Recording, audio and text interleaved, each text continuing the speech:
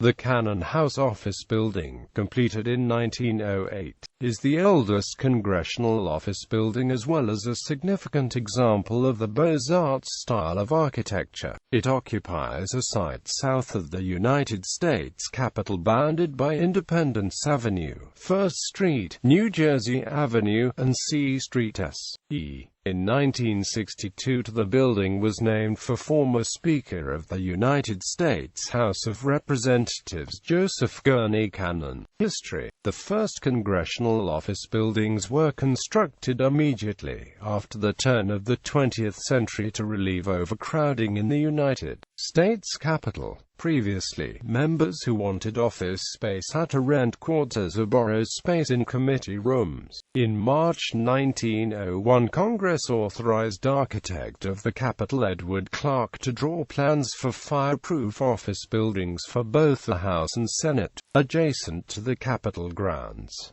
In March 1903 the acquisition of sites and construction of the buildings were authorized. In April 1904 the prominent New York City architectural firm of Carrere and Hastings was retained. Thomas Hastings took charge of the House office building project, while John Carrere oversaw the construction of an almost identical office building for the United States Senate. The Beaux-Arts designs were restrained complements to the Capitol. The Cannon Building was occupied during the 60th Congress in December 1907.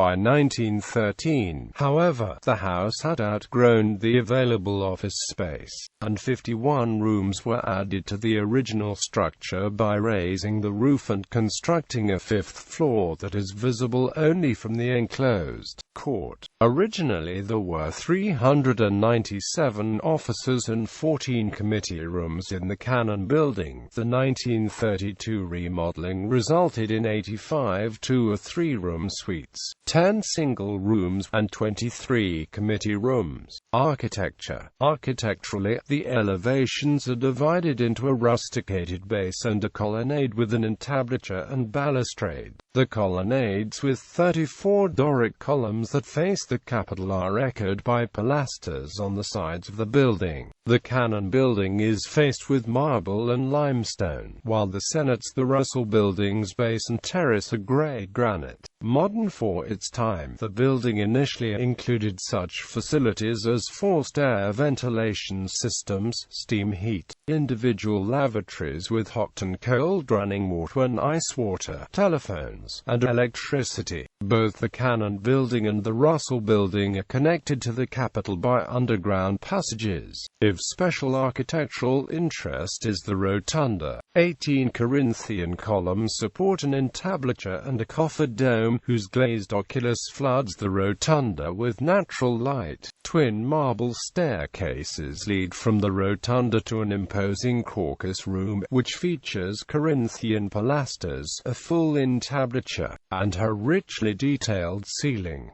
Cannon Tunnel. The Cannon Tunnel connects the Cannon House office building to the Capitol. The tunnel is lined with artwork from the annual Congressional Art Competition for high school students. Branching off the entrance to Cannon Tunnel is a separate tunnel to the Longworth House office building, and entrances to a cafeteria, shoeshiner, cobbler, and a legislative resource center. Unlike the tunnels from the Capitol to the Senate office buildings and the Rayburn Tunnel, the Cannon Tunnel has no subway line, and is primarily a pedestrian pathway. 2015 renovations. In January 2015, a top-to-bottom renovation of the Cannon House office building began. Completion is expected to take 10 years and cost $752.7 million. Initially, renovation will be focused on upgrading the building utilities, but will progress on to a wing-by-wing exterior and interior reconstruction. According to Bill Weidmeyer, the building is plagued by safety, health, environmental and operational issues that are rapidly worsening. Many of the building's systems are original from the 1908 construction.